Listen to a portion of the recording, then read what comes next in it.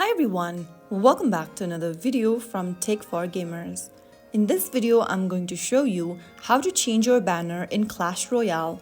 Changing your banner is a great way to customize your profile and make your account stand out, so let's dive into it. First of all, open up Clash Royale app on your device. Once you're inside the home screen of Clash Royale, go ahead and tap on your name at the top left. Now once you end up in this screen, go ahead and tap on the brush icon right next to your banner. Now choose the decoration from the menu, and once you are done, click on save. Right after you do that, you will be able to change your banner on Clash Royale. Remember that the banners will be unlocked by progressing throughout the game or completing certain events, and after that you will be able to select the banner that you want to use.